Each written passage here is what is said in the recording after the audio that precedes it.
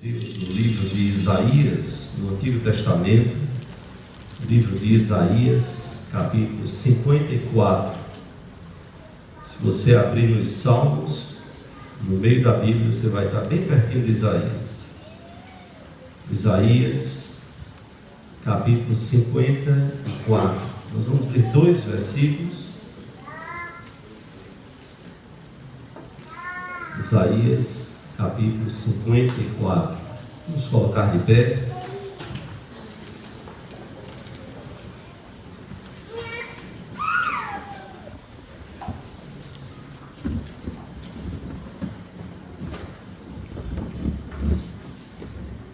Isaías, capítulo 54,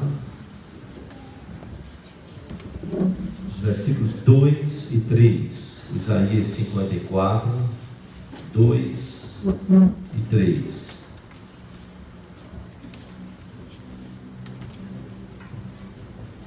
Nos diz a palavra de Deus, o profeta Isaías, trazendo a palavra de Deus para o povo de Israel. Isaías 54, versículos 2 e 3. Alarga o espaço da tua tenda, estenda-se o todo da tua habitação, e não o impeças. Alonga as tuas cordas e firma bem as tuas estacas, porque transbordarás para a direita e para a esquerda. A tua posteridade possuirá as nações e fará que se povoem as cidades assoladas. Alarga o espaço da tua tenda. Nós vamos orar ao Senhor. Eu convido as crianças a virem à frente.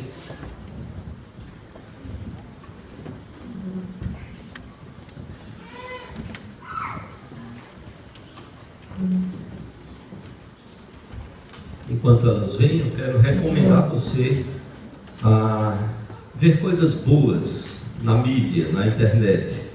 Você tem aí o blog do MAD, na página interna. Todo domingo nós temos o anúncio de algum ministério da igreja, nessa parte do boletim, quer servir. E hoje, tendo em vista o aniversário do MAD, nós estamos aí falando um pouco, um resuminho, bem pequenininho mesmo, do MAD, mas que você pode, tanto no site da igreja, como no blog do MAD, você pode dar uma olhada e conhecer com mais profundidade o trabalho que é realizado pelo MAD. E vale a pena. E traga a sua igreja, seus filhos, sua igreja, traga seus filhos, que eles venham ser abençoados pelo trabalho aí do departamento infantil, que tem também a participação de todas elas, do departamento infantil, do MAD, a capacitação dos professores. Não deixe para trazer o seu filho quando ele estiver adolescente, enfrentando muitas lutas e dificuldades. Não deixe para trazer o seu filho quando ele estiver jovem. Quando ele descobrir que tinha um MAD, um departamento infantil nessa igreja, que ele perdeu a infância, no mínimo você vai ganhar uma coxa no seu pescoço, não é de beijo. Então traga seu filho. Esse é um tempo preciosíssimo. E eles estão desfrutando muitas coisas boas, como a palavra de Deus diz. Ensina a criança no caminho em que deve andar. Vamos orar, vamos curvar a nossa fronte, vamos fechar os nossos olhos. Pai amado, nós te agradecemos por esta noite, pela bênção de podermos adorar o teu nome. Nós pedimos a tua bênção sobre a ministração da palavra do Senhor no nível de entendimento das nossas crianças. Que tu possas atuar no coração delas, que o teu Espírito possa trabalhar estas verdades tão profundas no coração delas, de forma que elas possam compreender a tua palavra, guardar a tua palavra, amar a tua palavra, viver a tua palavra, que elas sejam ensinadas e edificadas sobre a tua palavra e sobre a rocha que é o Senhor Jesus, a tua palavra. Elas possam seguir e serem vitoriosas conforme a tua vontade e o teu querer. Nos abençoa também no entendimento da tua palavra, a cada um de nós aqui, adolescentes, jovens, adultos, idosos, que tu abençoes a cada um, dando-nos o prazer de vivermos a tua palavra e vermos a tua palavra se cumprindo nas nossas vidas. Nós te oramos assim, Senhor, pedindo a tua bênção sobre cada professora, cada professor, que tu abençoes ao nosso departamento infantil, ao nosso MAD. Te oramos em nome de Jesus e para a glória dele. Amém, Senhor. Poderia sentar? Alarga o espaço da tua tenda. Alarga o espaço da tua tenda. Deus usou, irmãos, o profeta Isaías. O profeta Isaías nasceu no meio de uma família rica, abastada, muito respeitada no meio do povo de Israel. A família do profeta Isaías, ela tinha relações com a família real do povo de Israel e com os membros do governo de Israel. Porém, Isaías viveu um momento muito difícil. Ele viveu no século VIII, já do meio para o fim do século VIII, 750 e pouco, até o ano 680 a.C. Então imagine que já é uma mensagem que já tem quase por aí seus 2.700, 2.800 anos. Isaías foi martirizado, morto, por um rei brutal, o rei Manassés, pecaminoso, que não deu ouvidos à palavra de Deus. Esse rei Manassés era filho de um rei que serviu ao Senhor, que foi fiel a Deus, porém o coração de Manassés não foi, e terminou então tirando a vida de Isaías. O texto que nós temos aqui do capítulo 54, ele está precedido por um dos mais belos textos a respeito da profecia sobre o sofrimento do servo do Senhor, que aponta e apontava para o Senhor Jesus Cristo. Ou seja, antes desse capítulo 54, nós temos um dos mais belos e profundos textos escritos sobre o sofrimento de Jesus, já profetizado por Isaías 7 séculos antes de Cristo. O livro de Isaías foi um dos livros mais citados pelo Senhor Jesus Cristo. Para você ver como Jesus usou as palavras que Deus inspirou pelo seu Espírito a Isaías. E esse capítulo 54 vai falar dos servos do Senhor, do povo de Deus, do povo de Israel. Ali, quando Deus escolheu o povo de Israel para, através do povo de Israel, no Antigo Testamento, manifestar a sua glória. Mas Deus não tinha pessoas apenas no povo de Israel. E isso nos faz remontar e voltar e avançar, por outro lado, ao tempo do Novo Testamento. Se Deus tinha pessoas no meio do povo de Israel e pessoas de outras nações, não se restringindo à nação de Israel, mas apenas estrategicamente Deus usou a nação de Israel naquele mundo. Deus tinha um propósito de ter a sua igreja, todos aqueles que haveriam de crer no Messias, no Senhor Jesus Cristo. E no Novo Testamento nós vamos ver a igreja formada por judeus e não judeus, ou seja, pagãos, gentios, todos, ambos convertidos ao Senhor Jesus Cristo.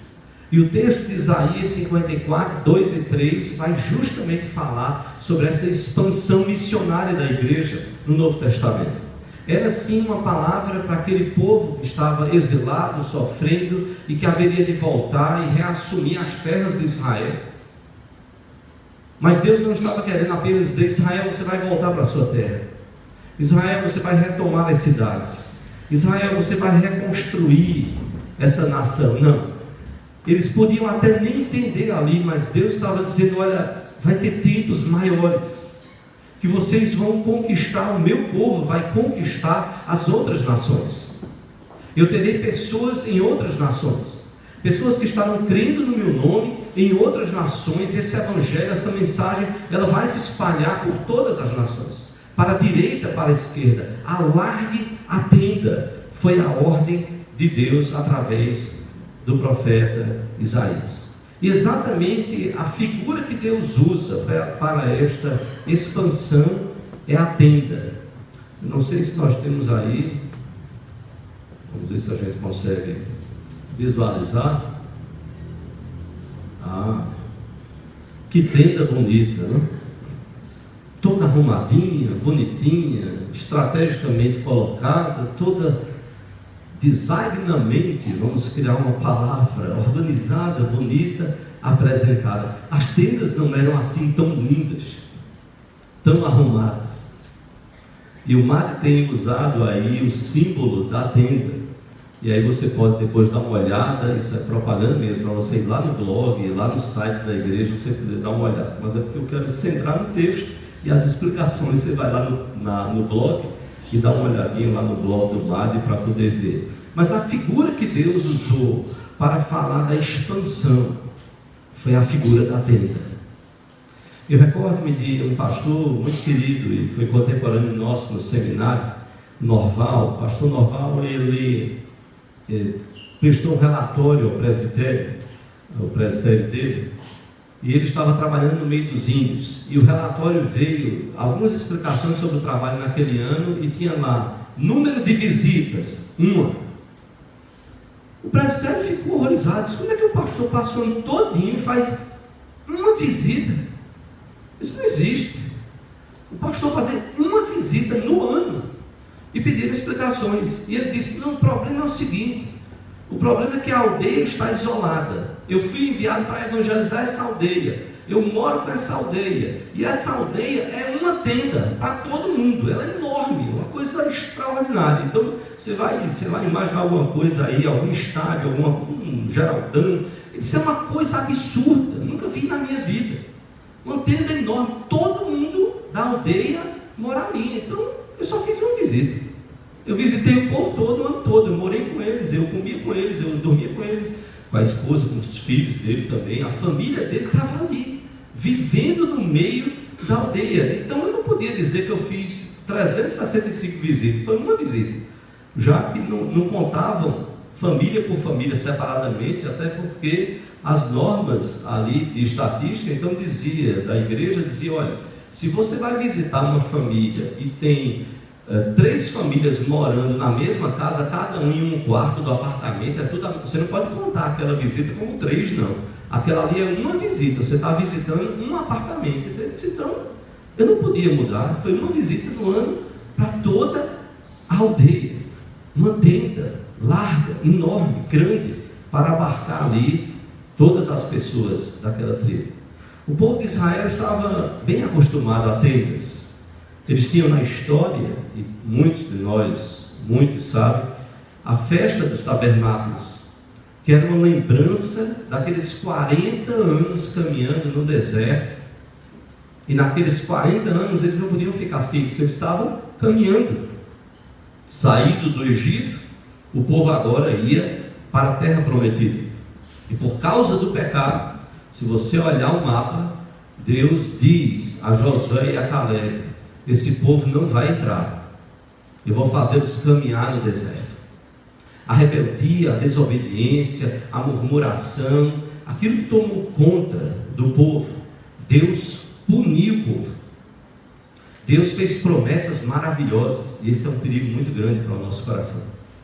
É que Deus promete, e às vezes diante das dificuldades, nós vamos aumentando os obstáculos e os empecilhos. E nós bem sabemos da história, que quando a palavra de Deus diz que foram enviados 12 espias, só 2 voltaram dizendo que eles deveriam marchar, deveriam continuar, porque os outros 10 disseram: olha, não tem condições. A terra que Deus prometeu é uma terra de gigantes, eles são homens de guerra. Nós tivemos esses 400 anos aqui, 430 anos, nós tivemos aqui escravizados, nós não vamos conseguir vencer esse povo. E aí Josué e Caleb são os 2 únicos que se levantam no meio daqueles espias para proclamar e lembrar que foi Deus que prometeu. Ainda que os obstáculos, as dificuldades fossem enormes, mas se Deus falou, o povo teria que acreditar e continuar. E o que acontece? Deus então, diante da rebeldia do povo, da murmuração, do coração duro, Deus decide punir o povo. E Deus diz a Josué e Caleb: nenhum deles vai entrar, só vocês 2. De todos os que saíram do Egito, os que nasceram não, mas os que saíram, todos eles vão morrer no deserto. E foi morrendo um a um, até que ao término dos 40 anos, e você olha toda a caminhada deles lá no deserto. Eles podiam ter feito uma caminhada direta para a terra prometida. Deus vai tirando a vida de cada um deles, até que fica de toda aquela geração, só Josué e Caleb, e só eles que saíram do Egito, entram na terra prometida. 40 anos, irmãos, imagine, armando e desarmando tenda, 40 anos caminhando no deserto. Eu não sei se você já viveu em tendas, eu, graças a Deus, não. Mas talvez você tenha visto, diante dos problemas, das enchentes que tivemos no nosso estado, talvez você tenha passado pela BR-101 e tenha visto famílias em tendas. Hoje, quando olhamos a televisão e vemos os campos de refugiados e pessoas em tendas, dá para fazer uma ideia do que é morar em tendas. O máximo que eu tive, eu lembro muito bem, é que quem não gostaria de ter aquela sensação de construir algo? E uma vez, eu e o irmão encostado, o Roberto, a gente decidiu fazer tendas. A gente tinha beliche em casa, e a gente pegou os lençóis, e nós começamos a armar os lençóis no beliche. Foi uma coisa linda. O que dormia em cima dava um jeito de pendurar em algum lugar, mas cada um que quisesse fazer a sua tenda, levar comida para a cama, porque é uma tenda. Se é um lugar de moradia e criança quer se divertir, é isso. O problema foi quando decidimos levar velas e acender a vela de noite, tendo energia. Mas a gente queria ter a sensação de estar numa barraca e ver como é que era a vela. Graças a Deus a casa não incendiou, a tenda permaneceu e deu jeito lá, não destruiu nada. Os pais estão vivos aqui e nós também. Mas veja, o que é que nós aprendemos com a tenda? Olhando para a tenda, o que é que nós aprendemos? Há muitas lições que poderíamos tirar, mas me permita tirar algumas rápidas e pequenas lições. Nós aprendemos com a tenda a lição da fragilidade. Fragilidade nossa, não de Deus. Nossa como seres humanos. A tenda, ela não oferece muita, ela oferece alguma, mas não total e nem muita proteção contra feras, contra animais peçonhentos. A tenda, ela não oferece muita, total proteção contra tempestades, que dirá contra exércitos. E é uma lição a aprendermos. Nós somos frágeis. Nós somos pecadores. Nós somos carentes da graça de Deus. Quem aprende e quem vive em tendas precisa perceber a fragilidade. Precisa olhar para esse aspecto da fragilidade, que faz com que a gente olhe para si mesmo e reconheça quão frágeis nós somos. Mas há uma segunda lição que nós aprendemos, não só de fragilidade. Nós aprendemos pela tenda a lição da dependência. Se nós somos frágeis, aí é que nós precisamos depender de Deus, exatamente pela fragilidade. Quando as pessoas se sentem maximizadas pelo seu poder, por sua capacidade, elas esquecem que sobre a sua tenda existe Deus. Acima e muito além da tenda e da nossa capacidade existe Deus. E quanto melhor fazemos, corremos o risco, sim, seja o que for, seja onde for, seja em qualquer esfera da vida. O risco é se desvincular dessa dependência de Deus. A tenda nos ensina a lição da dependência.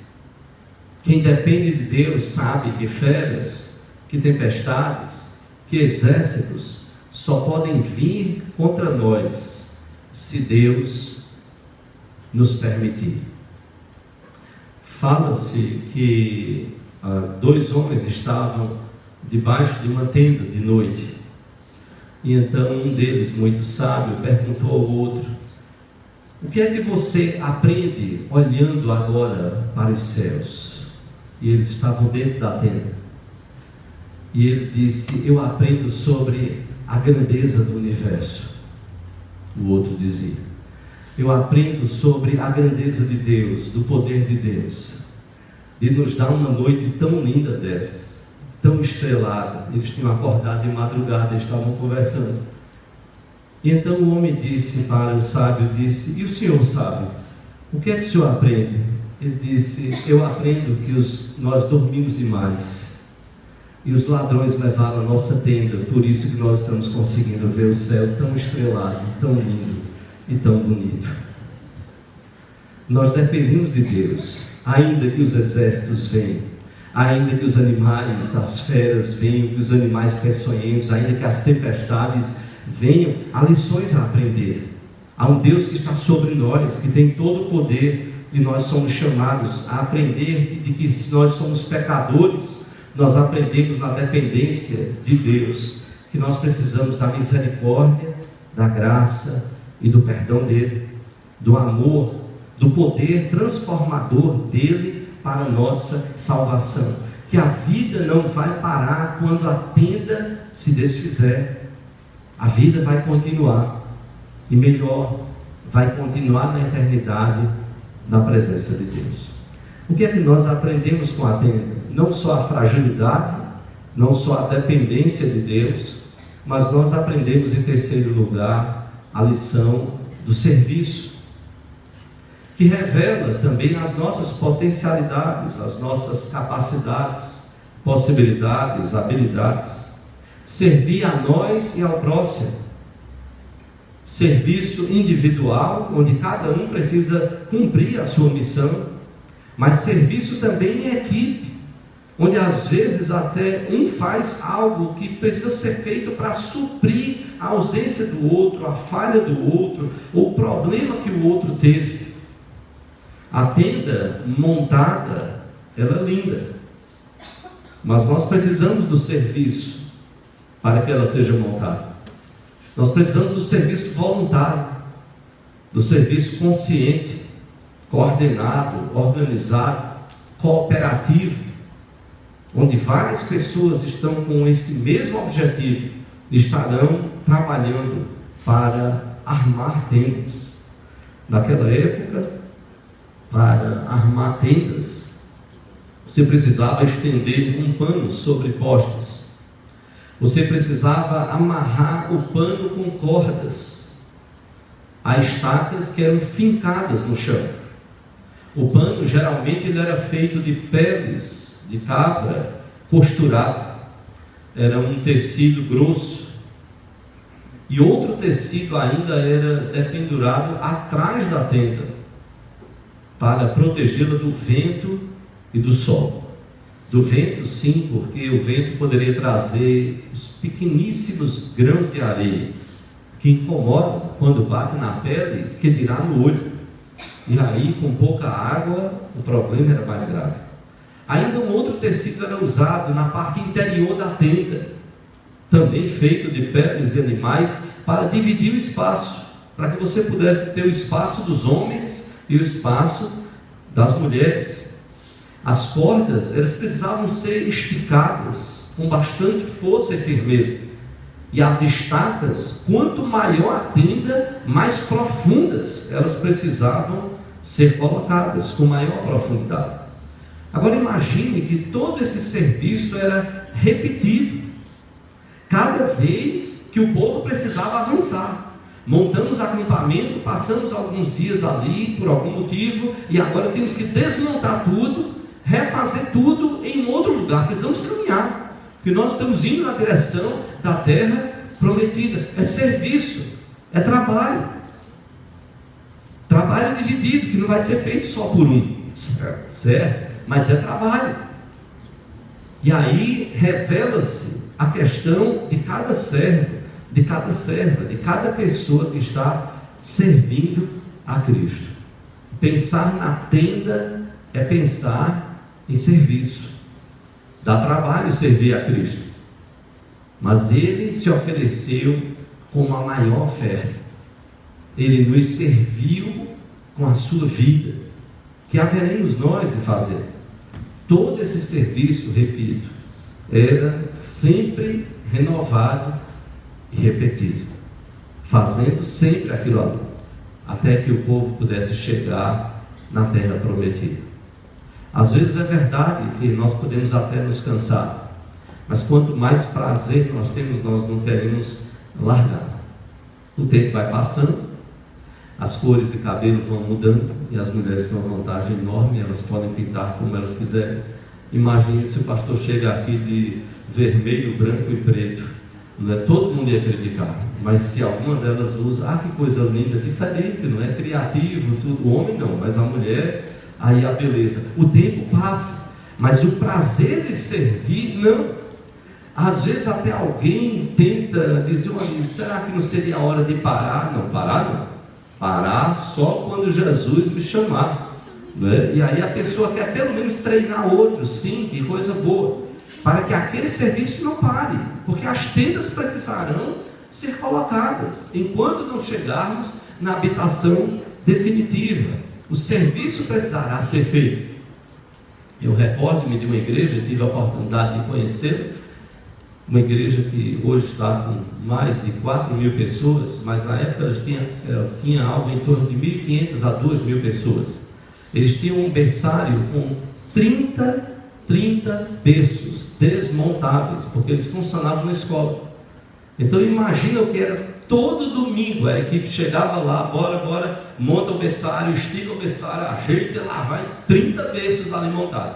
Terminou, tira, desmonta tudo, guarda, porque eles estavam num local inclusive alugado. Era uma escola que vai funcionar durante a semana, e no outro domingo volta tudo. E não era só o berçário, era som, era tudo, cadeira, tudo sendo montado e desmontado, montado e desmontado, montado e desmontado. Hoje estou num lugar fixo, mas imagine, passaram anos assim, anos.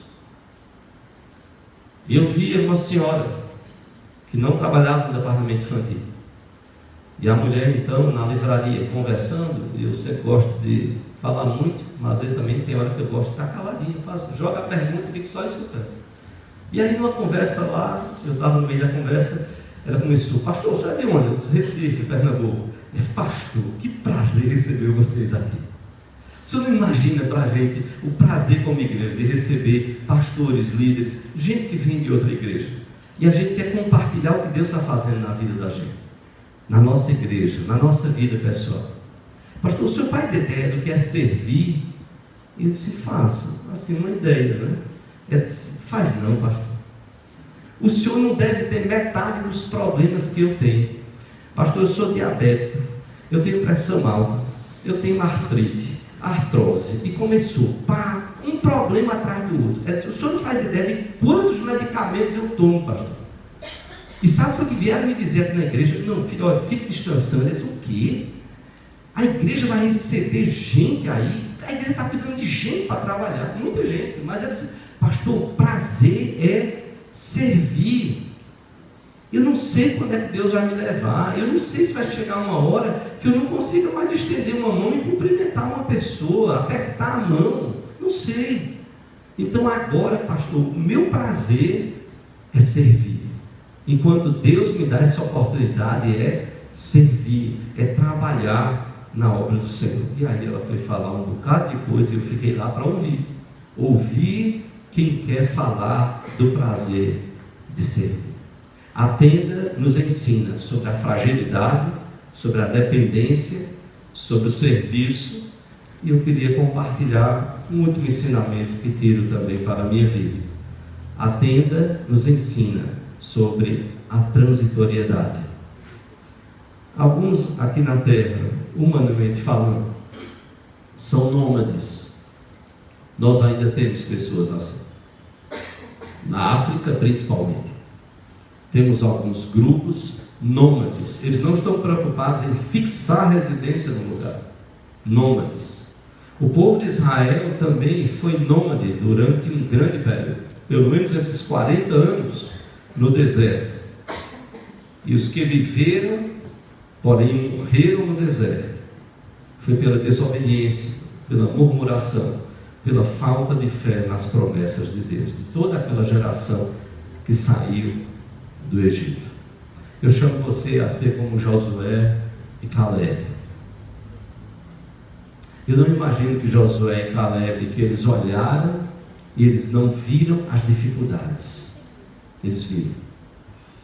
As madianas, que não são marcianas, são terrenas, humanas, elas também se deparam com dificuldades. Cada ministério na igreja, cada família, cada pessoa, nós nos deparamos com dificuldades. A questão é, Senhor, o que foi que o Senhor nos mandou fazer? Então, Senhor, me ajude para que o meu coração não seja posto nas dificuldades, para que o meu coração não seja posto nos obstáculos, para que o meu coração não seja posto quando eu tenho total clareza do que Deus quer que nós façamos, para que o meu coração não seja posto na opinião da maioria, os 10 espias que desesperaram o povo. Não, Senhor, faça do meu coração um coração como o coração de Caleb e Josué, um coração que vê as dificuldades, não vai negá-las, vê os problemas, não vai negá-los, mas vai enfatizar e colocar o coração e a disposição no Deus que é sobre todas estas coisas. Não só em cada ministério, na sua área, mas olhe para a igreja como um todo. Em todos os outros trabalhos, às vezes podemos nos concentrar no nosso ministério. Não, mas é como foi dito aqui, é olhar a igreja como um todo, é olhar todos os ministérios, é olhar o chamado de Deus, não para um ministério, mas todos os outros, para a igreja como corpo de Cristo. E aí você lembrar, nós estamos aqui de passagem. Eu e você, nós somos transitórios. Lembre-se disso. A tenda não é a nossa morada final. Nós devemos testemunhar a pátria celestial. Nós estamos às vezes vivendo o cristianismo tão para a terra, que a gente está perdendo de vista a glória maior que nos espera. Devemos viver o cristianismo na terra, sim, mas por favor não feche os olhos para os céus. O mundo precisa ouvir que o caminho, a verdade e a vida para os céus é Jesus. O mundo precisa ouvir essa mensagem que o próprio Jesus testemunhou e falou, e nós temos responsabilidades. Quando o MAD trabalha com as professoras, capacitando professoras para que elas transmitam a mensagem do Evangelho. Quando outros ministérios, cada um vai capacitar pessoas para que elas possam servir e cumprir o chamado de Deus, é entender isso. Nós somos transitórios. Vivemos aqui, mas aqui não é a nossa morada final. Nós estamos indo para casa, estamos indo para a casa do Pai, para a pátria celestial. Nós temos que testemunhar sobre essa eternidade. Nós temos que testemunhar que o chamado de Deus é para que nós sejamos discípulos aqui na terra de Jesus, não de outro, quem quer que seja, não, de Jesus, do Senhor Jesus Cristo, o Senhor e Salvador. Discípulos na terra, olhando para os céus. O chamado de Deus continua sendo o mesmo. Alarguem as tendas, alarguem as tendas. Mais pessoas precisam chegar, mais pessoas precisam ouvir a mensagem do Evangelho, alargar as tendas, conquistar mais vidas. Isso não é função do pastor, isso não é função de presbíteros, diáconos, de líderes, isso é função da igreja. Quando cada um cumpre o seu chamado e quando como igreja juntos nós anunciamos e proclamamos o Senhor Jesus Cristo. 80 anos proclamando o Evangelho de Jesus. O nome Isaías é precioso, simples o seu significado, mas com a mensagem preciosíssima. O nome de Isaías significa: o Senhor salva. O Senhor salva. E nós precisamos, primeiro, se você é discípulo de Jesus, se você entregou a sua vida um dia ao Senhor Jesus Cristo, nós precisamos viver esses valores com muita intensidade. Fragilidade: Senhor, eu sou frágil. Dependência: por isso, Senhor, eu preciso de Ti. Serviço: Senhor, me capacite. Eu quero, Senhor, que a minha vida leve outros a servir seguir, conhecer, amar o Senhor Jesus Cristo. E Senhor, eu quero fazer tudo isso, porque eu sei que eu sou transitório. Eu não vou ficar aqui. Eu estou me preparando para o dia em que o Senhor me chamar. E eu quero estar pronto, seja ele o dia que for. Que grande desafio. Essas lições e outras que poderiam ser anunciadas sobre a tenda. Alarga o espaço da tua tenda. A igreja é como uma tenda também. Ela precisa alargar a partir de cada um de nós. As pessoas precisam saber que existe uma diferença entre ser cristão e não ser cristão, entre seguir a Jesus e crer nele como Senhor e Salvador de sua vida e não crer. Existe uma diferença que vai muito além de princípios éticos bondosos que fazem as pessoas serem melhores. É muito além disso. Há uma eternidade em jogo. E Deus estava falando para o povo de Israel, como fala depois para a igreja: alargue a tenda. Há mais pessoas que precisam entrar nessa tenda, precisam ouvir essa mensagem. O Senhor salva, que estava ali por trás do nome de Isaías. O Senhor salva, o Senhor é Salvador. Precisamos crer nele como nosso Salvador. Que mensagem nós estamos levando? Eu lia sobre um certo beduíno, cuidador de rebanhos. Ele estava dentro da sua tenda, dizia a história, ao sol da Palestina, quando entrou correndo um adolescente. Esse adolescente estava muito assustado. Ele entrou na tenda daquele beduíno e chorava compulsivamente. Ele agarrou-se nas costas daquele beduíno. E logo em seguida, alguns homens abriram a porta daquela tenda. E eles estavam com cacetes e facas. Eles abriram a porta da tenda e disseram ao beduíno: dá-nos este menino, porque ele é um assassino.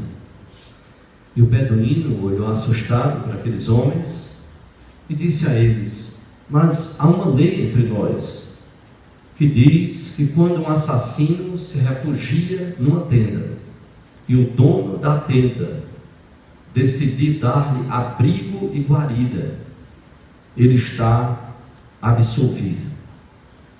Eu me compadeci desse garoto e eu quero perdoar-lhe. E aquele adolescente, diz a história, que ele tremia nas costas daquele homem. E então os homens disseram àquele beduíno: você quer perdoá-lo porque você não sabe o que ele fez e não sabe a quem ele matou.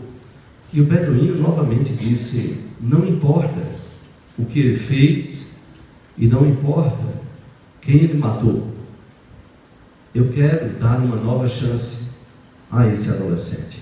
Eu quero perdoá-lo. Os homens então olharam para ele e disseram: ele matou o seu filho. Vá ver o corpo do seu filho sangrando na areia ali fora. Diz a história que aquele beduíno, ele caiu num profundo silêncio. Depois, enxugando as lágrimas, ele olhou para aqueles homens e disse: eu continuo decidido a perdoar. Se ele matou o meu filho, eu vou criá-lo como se fosse o meu próprio filho, a quem ele matou. Difícil talvez para nós, que vivemos na sociedade do mérito e não da graça. Difícil crer num perdão tão grande. Deus decidiu perdoar a mim e a você. Deus decidiu nos receber na tenda dele, na sua igreja, apesar de eu e você termos morto o seu filho. Foi o meu e o seu pecado que levou Jesus à cruz. E Deus sabia muito bem disso. E Jesus morreu e o Pai nos recebe para tratar do nosso coração. Nos recebe, mesmo tendo nós sido a causa da morte do seu filho. A tenda nos ensina sobre a fragilidade. A tenda nos ensina sobre a dependência. A tenda nos ensina sobre o serviço.